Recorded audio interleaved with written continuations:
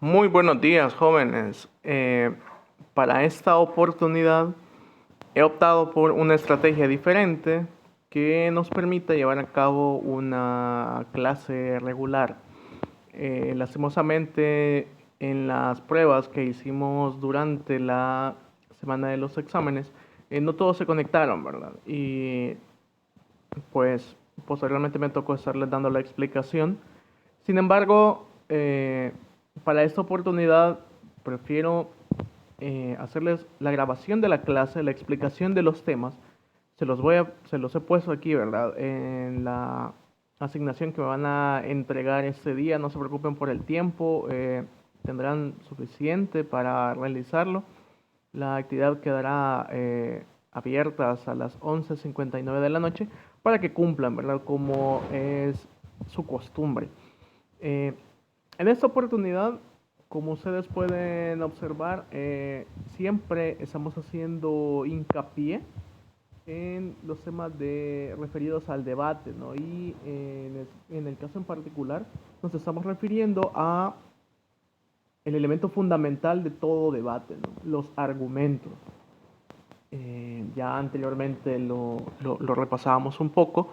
Los argumentos son cada una de las razones, ¿no? O justificaciones que se presentan para, pues, simple y sencillamente intentar convencer a alguien de que mi punto de vista es el válido o el más válido para que lo consideren. Entonces estaremos haciendo énfasis en esto, ¿no? Partimos del video que se ocupó para la actividad integradora, si mal no recuerdo, acerca del debate de la Comunidad de Madrid de 2015, la final de este debate, ¿verdad? Donde se enfrentaron dos equipos. Yo sé que usted le recordará, ¿no? Un equipo estaba a favor de la... Un equipo estaba a favor, ¿sí? De que el conocimiento era mucho más importante que el éxito en la vida, mientras que el otro equipo, la postura contraria o postura en contra, ellos no, ¿verdad? Hacían énfasis en que el éxito era mucho más importante, independientemente las apreciaciones, ¿no? Que tengamos nosotros en particular sobre ello. Partimos del hecho de que cada una de las señoritas que presentó a su equipo hicieron uso precisamente de argumentos. Ambas presentaron tres argumentos para intentar defender la postura que tenían como grupo. Obviamente, después de un proceso de preparación, después de recibir muchas asesorías, de leer bastante, ¿no? Incluso lo podemos encontrar al final, ¿no? de, de la primera imagen, donde aparece, ¿no? Esa señorita y el muchacho que está ahí también, en actitud todavía de analizar lo que se está diciendo. Son parte del grupo de la muchacha que está a favor del conocimiento. Pero en el momento están reformulando las cosas. Claro, ese es el ideal, ¿no? Llegar a ese nivel donde mi compañero o alguien me está proponiendo una visión en particular de la vida y yo inmediatamente, ¿no? Estoy buscando las alternativas para contestar a ese argumento que me están presentando, ¿verdad?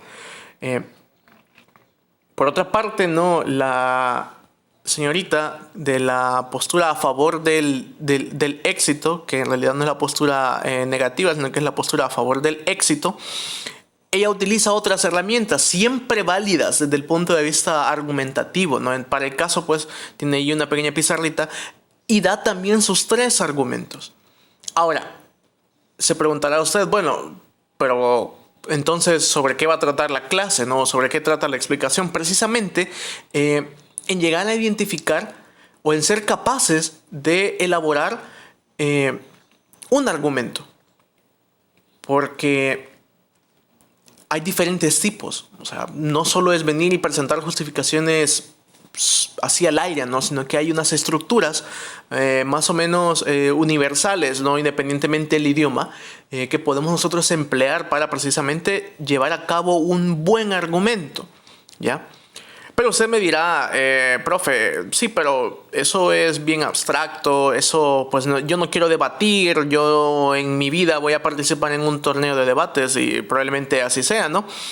Sin embargo, surge entonces mi pregunta para usted, o para su consideración. ¿Empleamos la argumentación en la vida cotidiana? Ahí mismo le presento 3 imágenes, ¿no? Que probablemente sean muy de su entorno.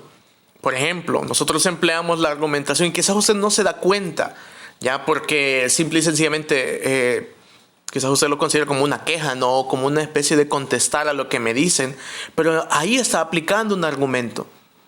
Sin ser consciente de ello, usted lo está aplicando. El punto crucial de esta clase no es el contenido en sí, que usted se memorice cómo es un argumento o los tipos de argumentos, sino que sea capaz de desarrollar esa habilidad, ¿ya? De contestación, obviamente estructurada, ¿no? Yo no pretendo bajo ninguna circunstancia que esto se aborde por completo con esta sesión, no, ¿verdad? Está para el resto de la vida.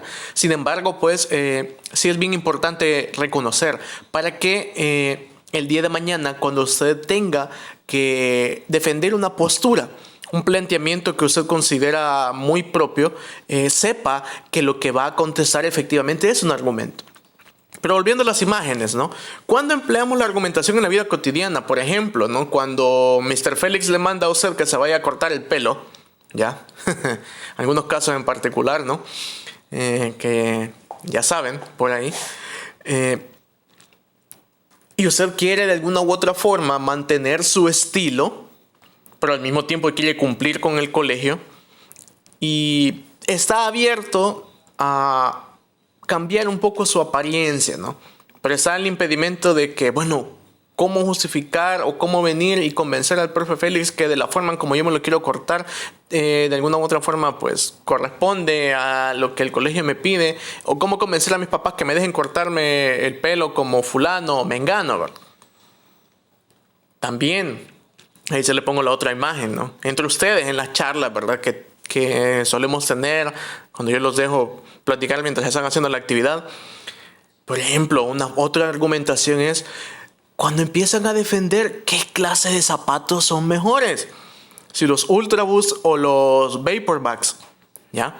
Habrá algunos que son fieles a Adidas y van a decir, no, profe, los Ultra Boost son más, son mejores porque son más caros, etcétera, ¿no? O habrá otros que son fieles a Nike y dirán, no, para mí los VaporMax por etcétera, etcétera, ¿no? Ahí están empleando la justificación en eso tan trivial, ¿ya? O lo más común que más de alguno hace, ¿no? Cuando de repente, ¿no? Se sacan un 10 en los exámenes del profe Salvador y quieren venir y de alguna otra forma chantajear a sus papás, ¿verdad? Para que lo dejen ir a la fiesta, ¿no? O para, no sé, hasta para chantajearlo a uno mismo. Y miren, hoy me saqué 10 en la prueba, póngame esa nota en esto u otro.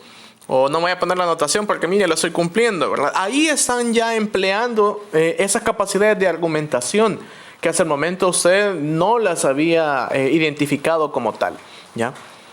Luego de ese pequeño, bueno, ni tan pequeño, ¿no? 8 minutos, de este preámbulo, vamos a revisar 8 tipos de argumentaciones o bueno, tipos de argumentos, ¿no?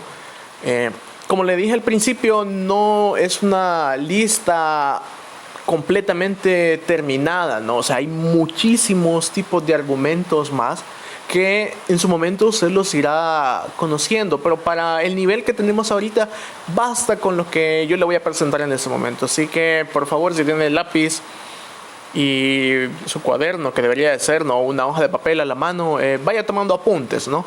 Para que no tenga que revisar una y otra vez este video. Empezamos.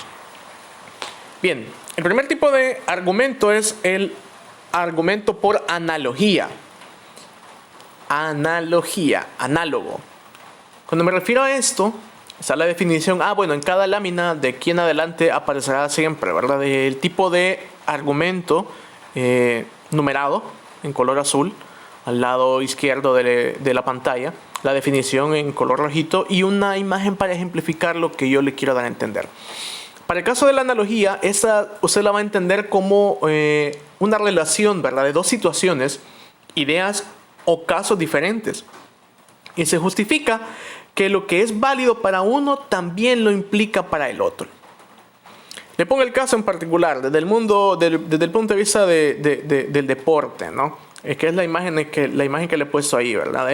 Si usted logra identificar, probablemente yo le estoy hablando ahí del triatlón. 3 pruebas sumamente difíciles, ¿no? Fatigantes. A mí me sorprende las personas que se meten en uno de esos porque, o sea, verdaderamente sí tiene resistencia.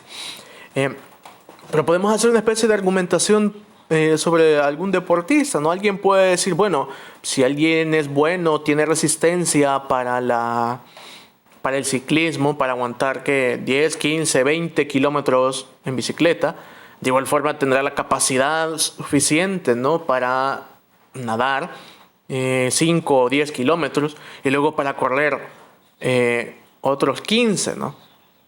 Entonces un argumento sería, bueno, las personas que hacen ciclismo tienen la misma resistencia que alguien que nada y corre al mismo tiempo. Por ello es una persona saludable o es una persona que tiene bastante carácter para hacer esas cosas. Si logró comprender o captar la idea, ¿no?, ahí yo le estoy presentando precisamente esas comparaciones. Aunque evidentemente no necesariamente es así, ¿no? Alguien puede ser muy bueno en bicicleta, pero un pésimo nadador, ¿no? Alguien puede ser muy bueno corriendo, pero de repente en bicicleta pues como que no le haya mucho, ¿verdad? ¿Ya? Esos serían los contraejemplos. Pero por ahí podemos empezar, ¿verdad?, para una analogía, ¿no? Intentar encontrar ese elemento en común entre los 3 casos en particular. Y así se pueden ir haciendo, ¿verdad? Ese es el primero, establecer comparaciones. El siguiente caso es el de autoridad. Este tipo de argumento parte de la opinión de un experto, autor o especialista en cualquier área del conocimiento. Y esa información se cita literalmente. Para el caso, pues ahí le he colocado una fotografía, ¿no?, de un entrenador, preparador físico del Barcelona. ¿Quién mejor o qué personaje más preparado para opinar acerca del desempeño óptimo del equipo o de por qué falló? O de cómo fue que llegaron al éxito, que precisamente las personas que conocen de esto. Todos tenemos una opinión, ¿verdad? Para muchos es simple y sencillamente, sí, ¿verdad? Messi es el mejor, de ahí Cristiano, Benzema, etcétera, ¿no? Pero son precisamente esos especialistas los que logran encontrar las claves o nos pueden dar un mejor argumento. La variante del argumento de autoridad es que cuando se emplea, por lo general se cita literalmente. Cuando es por escrito, se hace entre comillas y se pone el nombre de la persona que lo dijo. Cuando se hace de forma oral, se menciona y al final se hace referencia a quién mencionó esto. ¿Y para qué se utiliza precisamente el argumento de autoridad? Para darle un poco más de verosimilitud o de respaldo a lo que acabamos de decir, porque obviamente sería una arrogancia pretender de que nosotros tenemos un conocimiento extenso en todas las áreas y que podemos opinar libremente de cualquier cosa. En estos días no es muy común, y perdón que lo menciono, cualquiera se cree experto en medicina, ¿no? Cuando efectivamente hay personas que han estudiado para esto y que tienen obviamente un conocimiento mayor o un espectro de la realidad mucho más amplio del que nosotros podemos tener, ¿ya? Y es ahí cuando uno tiene que reconocer la limitante del conocimiento sobre algún área y darle paso a alguien que efectivamente sabe del tema, ¿ya? Lo importante es identificar quién es el que verdaderamente sabe, ¿no? No solo poner a alguien solo porque me cae bien, ¿verdad? O porque yo creo que esa persona va acorde a lo que yo pienso, ¿no? Sino que intentar ser lo más objetivo posible y buscar esa referencia en alguien que efectivamente sepa del tema. El siguiente caso es el argumento de causa-efecto. Y como dice su definición, se basa en el análisis de los posibles efectos que puede tener una acción o una situación determinada. Para ello se toma como punto de partida los resultados de otros eventos similares. Ahí tiene usted la imagen de un tipo que, pobrecito, ¿verdad? Se está durmiendo con el profe Salvador todos los días en la mañana, ¿no? Y que se toma 2, 3 cafés para de repente subir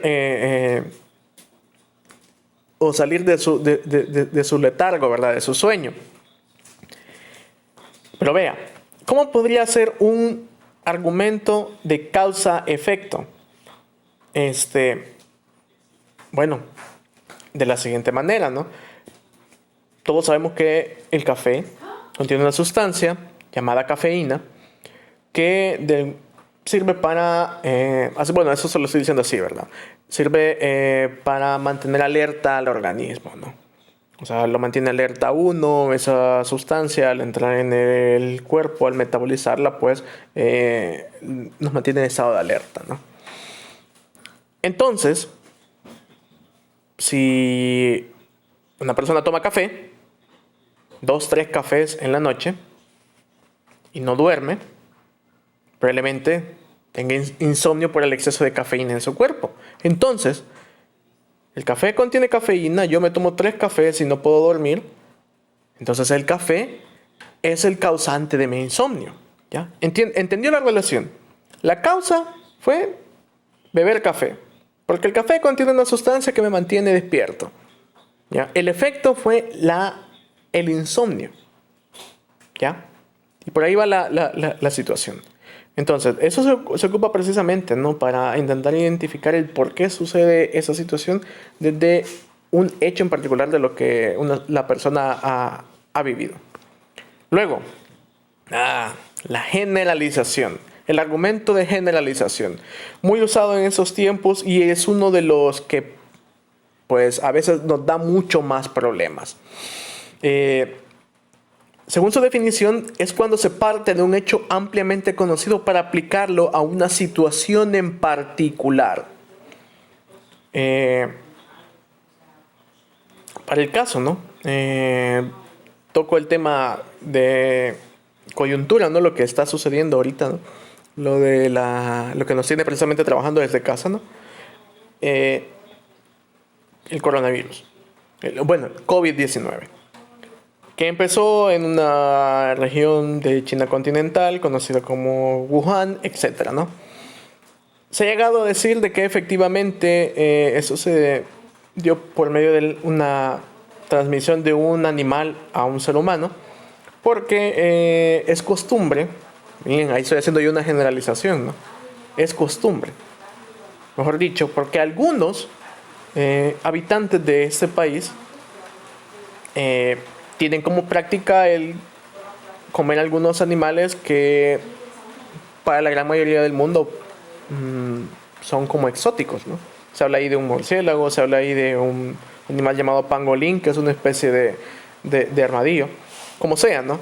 Pero venimos y generalizamos, ¿ya? ¿Cómo podríamos hacer un argumento de generalización, ¿verdad? Una persona de ese país aparentemente consume un animal, ¿ya? Que lo compra en el mercado y se enferma. Entonces, los habitantes de ese país enferman porque comen animales que no son aptos para el consumo humano. Y si encontramos a una persona de ese país cerca de nosotros, probablemente él come de esos animales y probablemente también esté infectado, ¿ya? Esa es una generalización.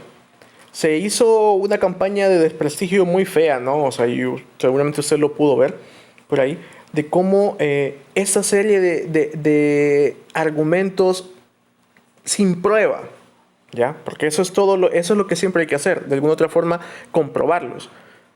sin prueba significaron de que algunas personas en el mundo llegaran a tomar acciones feas contra estos tipos, ¿ya? Contra esas personas de ese país. Eso obviamente es racismo. Incluso está sucediendo ahora en el país también, ¿verdad? Con todo esto, que algunas personas del gremio médico, hay unos videos ahí de México y, y, y de aquí del país también unas noticias, ¿no? Y eso es feo.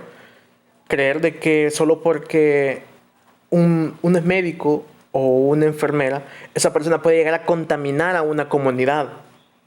Porque vive ahí, porque está en contacto con pacientes, porque ellos tratan la enfermedad y los han sacado de su lugar de residencia. Y puede ser ese tipo, un enfermero de una clínica particular, pues, que nada que ver. Pero porque se dio el caso de uno o dos, venimos y lo aplicamos a todos los demás. Eso es lo peligroso de este tipo de argumentos cuando no se tiene verdaderamente la base para comprobarlo, ¿sí? Continuamos. Anécdota o experiencia personal, así como aparece la tipa ahí, ¿verdad? Lo experimentado, vivido, observado, visto, en general, se suele ocupar como argumento por encima de otros criterios. El decir, no, es que a mí me pasó esto. Es que yo viví esto. Sí, por supuesto. ¿Ya? Uno escucha, ¿no? Por ejemplo, los testimonios de los supervivientes, que todavía hay algunos por ahí, del holocausto judío durante la Segunda Guerra Mundial. Esas personas que fueron sometidas a una serie de torturas, ¿no? E incluso hasta de llevarlos a la muerte, ¿no? Por el simple y sencillo hecho de pertenecer a una raza, ¿no? Entonces, esas personas comentan lo vivido, la experiencia, como un fuerte llamado de atención acerca de la intolerancia, acerca de el abuso de la autoridad, o cuando se ocupa todo un mecanismo de Estado para atacar a personas, ¿ya? Y los testimonios de ellos, pues, abundan, ¿no? Hay gente que se hizo muy famosa, ¿no? Contando sus anécdotas. Y así podemos conocer un montón de casos, ¿no? Donde esos impactan, ¿ya? No cuenta ese punto de vista y eso inmediatamente capta la atención, ¿verdad? Es un fuerte cohesionador, un fuerte elemento para hacer que la audiencia esté de acuerdo con la perspectiva que yo quiero comunicar. Luego, famoso, ¿verdad? El argumento de conexión emocional o simpatía.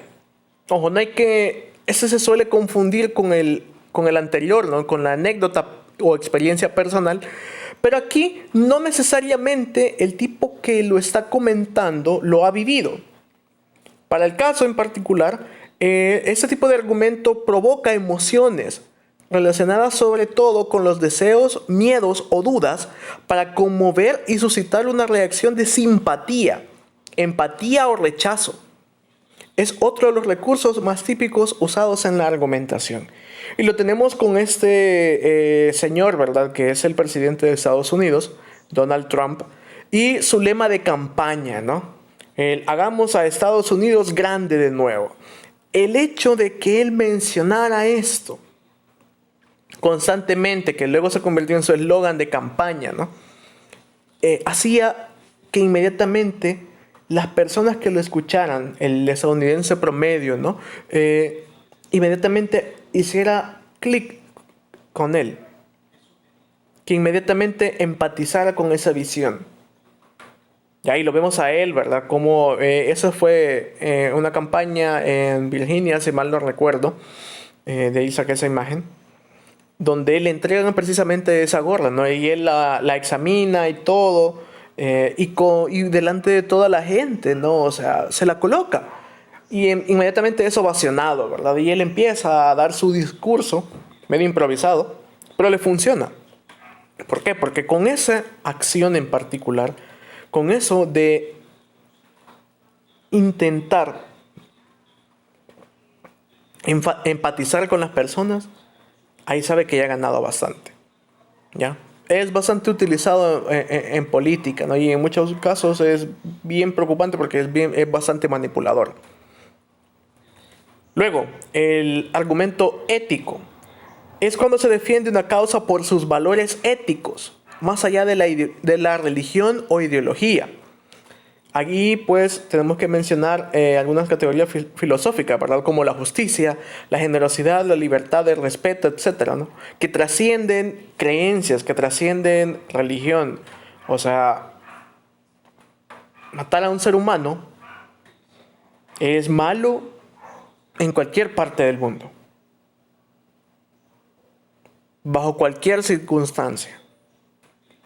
Ya sea por odio, ya sea por el deseo de venganza, etcétera, ¿no? Independientemente de la religión, del tipo, ¿no? Que lo está observando, que lo ha padecido, es malo.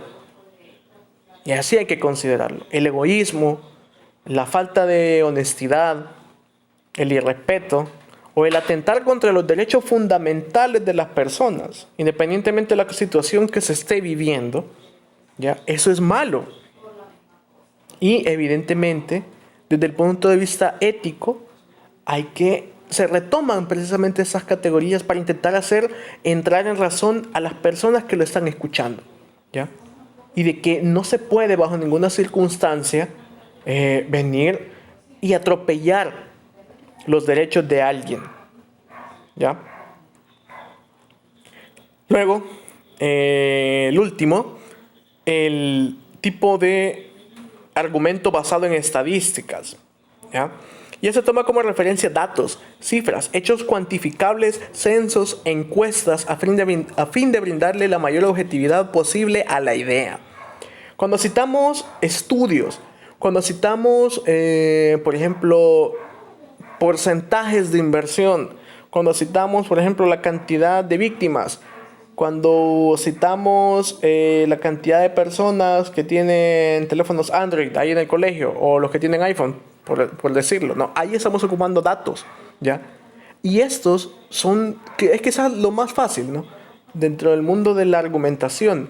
¿Por qué? Porque mientras más objetivo lo hagamos, evidentemente nuestra intervención o nuestra intención por justificar nuestro punto de vista parecerá cada vez más real, ¿no? Más sustentada. Pero yo le he puesto esa imagen ahí, ¿verdad? Así como humorística, para que usted también entienda de que no hay que abusar del uso de estadísticas. A veces da un poco de aburrimiento escuchar debates que solo es lectura de estadísticas. Y no se trata de eso, pues si fuera eso, mejor nos vamos a escuchar una exposición de un experto, ¿no? Que nos puede hablar de todo sobre economía o sobre su área en particular, ¿verdad? Pero esa clase de argumentaciones sí son importantes para dejar entrever lo objetivo del asunto, pero no hay que abusar de ellas. Bien, luego de la explicación, recuerde, usted la puede escuchar cuantas veces sea necesario por si todavía no le quedó claro algo. Paso a explicarle la actividad. ¿Qué es lo que yo le voy a pedir? Algo bien sencillo. Yo quiero que usted elabore una tablita, un cuadrito similar a eso en Word y me lo cargue aquí en la asignación. Yo le voy a dejar ahí el espacio, usted ya sabe cómo hacerlo, ¿no? Hágalo igual, ¿ya? O sea, si quiere hacerlo de otros colores, no veo inconveniente, pero mantenga esas 3 columnas de estructura, donde necesito que usted, en primer lugar, busque un ejemplo de cada tipo de argumento de los que yo le he presentado en esta oportunidad. ¿Ya? Un argumento más o menos válido, pues, o sea, estamos hablando de unas 3, 4 líneas, ¿ya? De escrito, para cada uno, para cada tipo de argumento. Uno de analogía, uno para generalizaciones, causa-efecto, etcétera, ¿no? Y que al mismo tiempo, después de poner el ejemplo, elabore usted una propuesta de argumento de analogía. Porque es hacia lo que quiero llegar. O sea, no es el cúmulo del conocimiento, sino que usted desarrolle la habilidad de escribir, de pensar y escribir un argumento de analogía. un argumento de generalización, un argumento de causa-efecto, uno de estadística, uno ético, uno de autoridad, uno de anécdota y uno de conexión emocional. ¿Ya? Bien, caballeros, no les quito más tiempo, ya prácticamente llegamos a la media hora de esa clase. Por favor, realícelo. No está para nada difícil, al menos la parte de los ejemplos, solo es de irlo a buscar y colocarlo, ¿no? La que sí le puede demorar un poco más es la elaboración propia, ¿no? Hágalo en un archivo de Word, copie esa tabla, hágala igual. Detenga el video aquí, ¿verdad? Después de que finalice la clase, elabórala y me la carga en la asignación que le dejo en Teams, por favor. Si tienen alguna duda adicional, por favor escríbanme en Teams, ya, porque es el único canal que vamos a estar utilizando para la interacción con las clases de lenguaje. Sin nada más que agregar, les deseo un buen día y que cumpla con la asignación en el tiempo requerido.